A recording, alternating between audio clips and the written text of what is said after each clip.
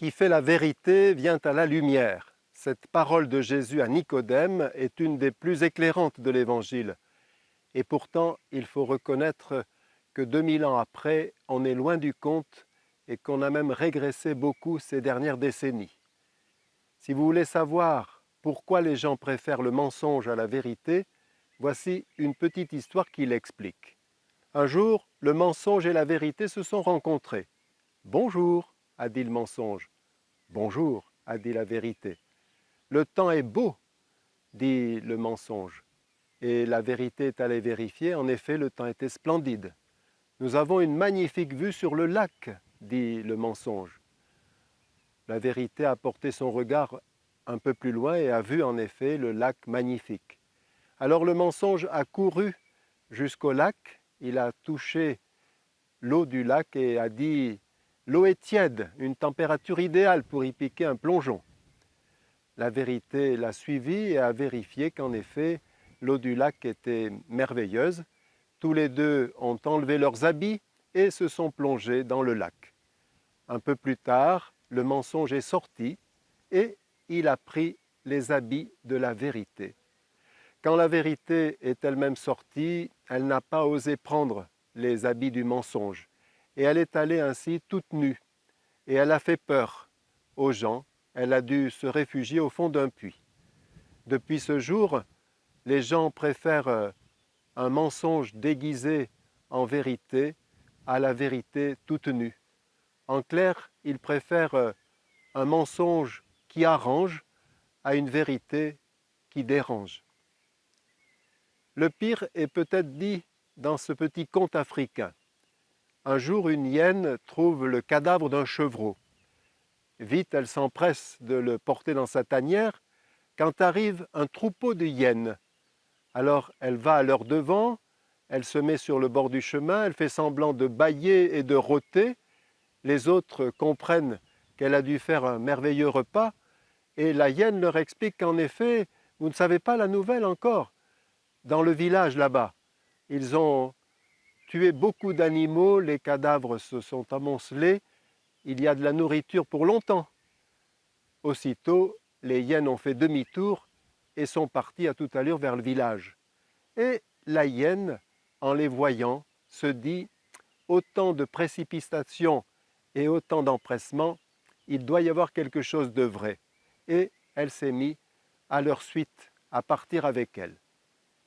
Alors vous me direz, il y a quand même différence entre une tromperie calculée, orchestrée, et puis un petit aménagement de la vérité pour favoriser le vivre ensemble et ne pas faire de vagues.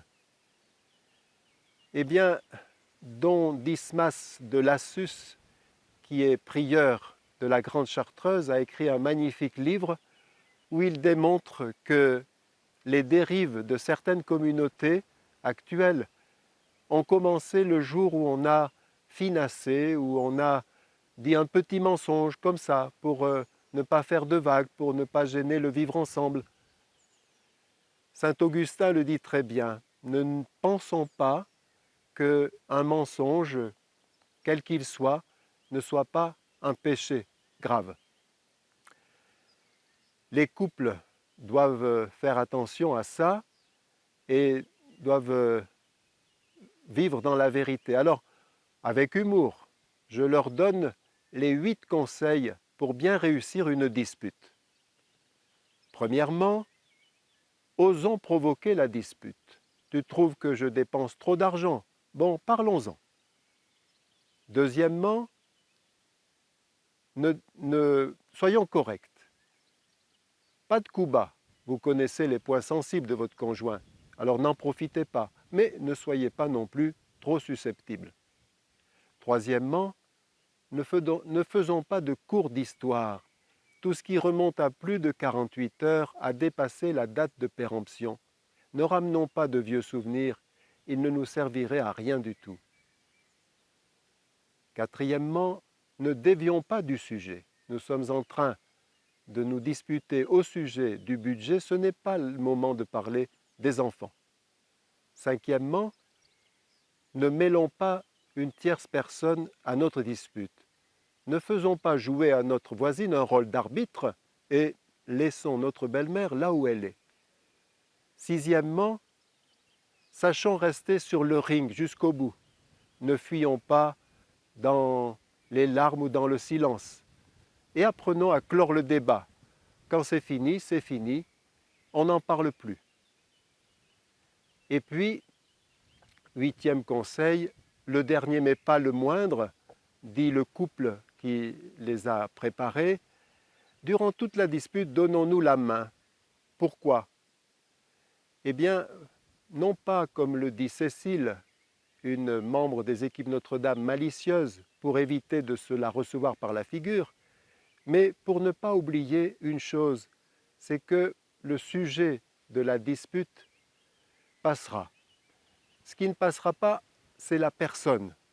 Et c'est précisément ça le pardon. Pardonner, ça n'est pas disculper l'autre. Ça n'est pas faire comme si de rien ne s'était passé. Ça n'est pas tourner la page un peu vite. Non, c'est dire oui, cette parole m'a blessé, cette décision m'a porté préjudice, cet acte m'a fait de la peine, cette manie m'agace, ce défaut m'use.